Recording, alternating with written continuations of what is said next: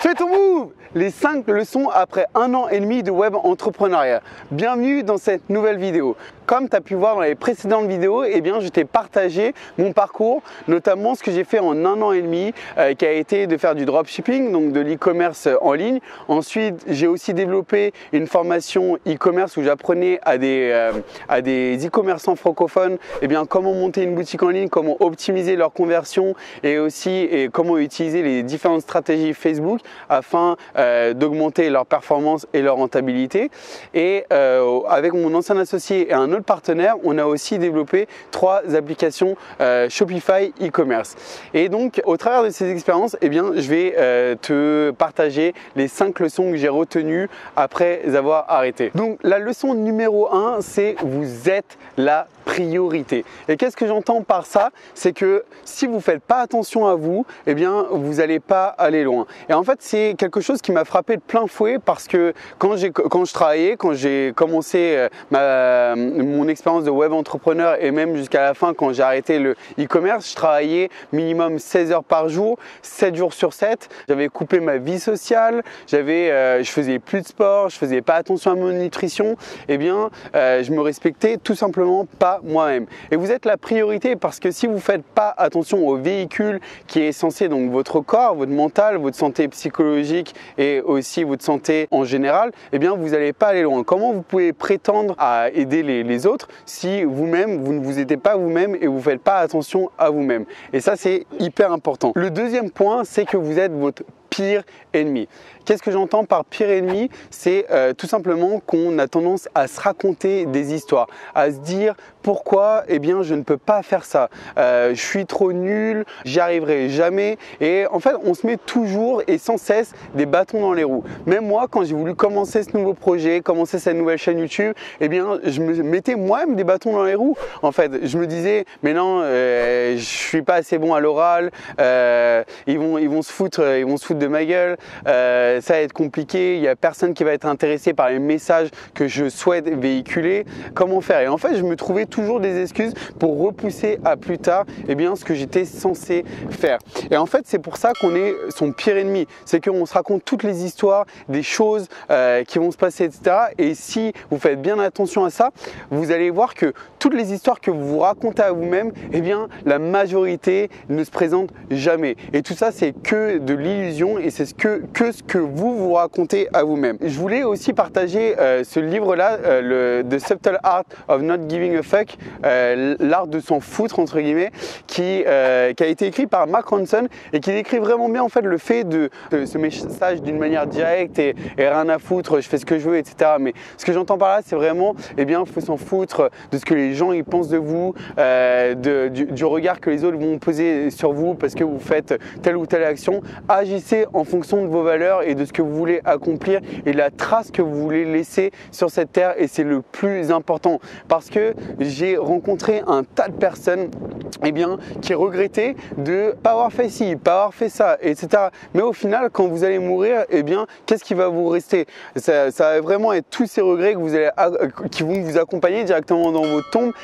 J'imagine que, on peut dès maintenant changer le cours de ça et c'est vraiment mener la vie de ses rêves et s'en foutre de ce qui se passe autour de nous. Le troisième point, c'est prenez vos responsabilités. Quand j'étais en web entrepreneur, je le suis toujours, mais au début, quand j'avais pas forcément fait de bilan, etc., j'avais tendance à trouver un coupable ou un responsable pour chaque situation qui m'arrivait, chaque mauvaise situation qui m'arrivait. Parce que bien évidemment, quand toutes les choses allaient bien, j'étais le meilleur du monde, etc. Mais une des clés, c'est vraiment d'être responsable. Si je vais pas au sport parce qu'il fait froid, vous êtes responsable de cette décision. Si je fais pas ce que je suis censé faire, c'est-à-dire travailler, avancer sur mon projet, avancer sur mon livre par exemple que je veux écrire ou autre, vous êtes le seul et unique responsable. Vous pouvez vous raconter absolument toutes les histoires que vous voulez, mais l'unique responsable de votre vie, c'est vous.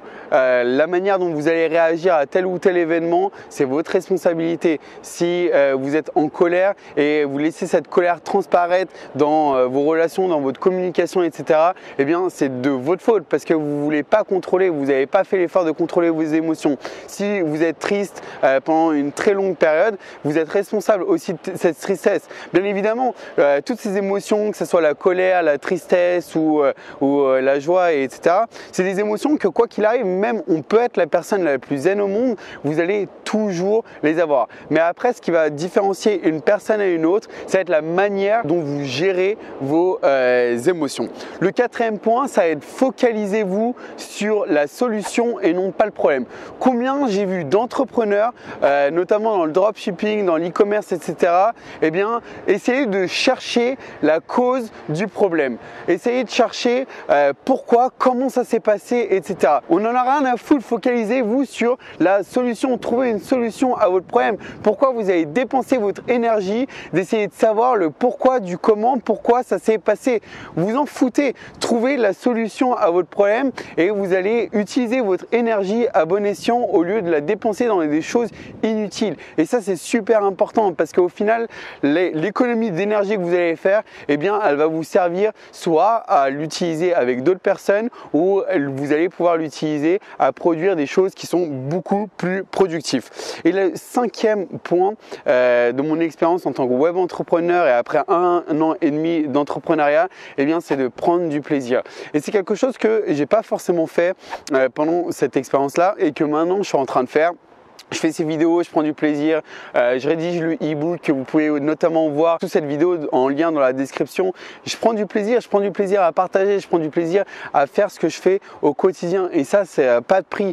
Honnêtement, le fait de prendre du plaisir, ça va être un peu comme une drogue. Vous allez vous dire tous les jours, vous allez travailler, si on peut appeler ça du travail, parce que au final, quand on a une passion, quand on travaille dans sa passion, etc., on ressent pas du tout et tous les jours, ça va être juste du plaisir et ce qui va vraiment vous permettre à être comme dans un marathon en fait, à être là sur la distance, sur la durée et profiter. Donc profitez de tout ça. Donc voilà pour cette vidéo. J'espère que vous avez apprécié le contenu de celle-ci. Si vous avez des questions, n'hésitez pas à laisser un commentaire sous cette vidéo. Vous avez aussi le lien de l'e-book sous la vidéo dans la description et si vous avez des questions par rapport à ce que j'ai dit dans cette vidéo, n'hésitez pas à me les poser directement.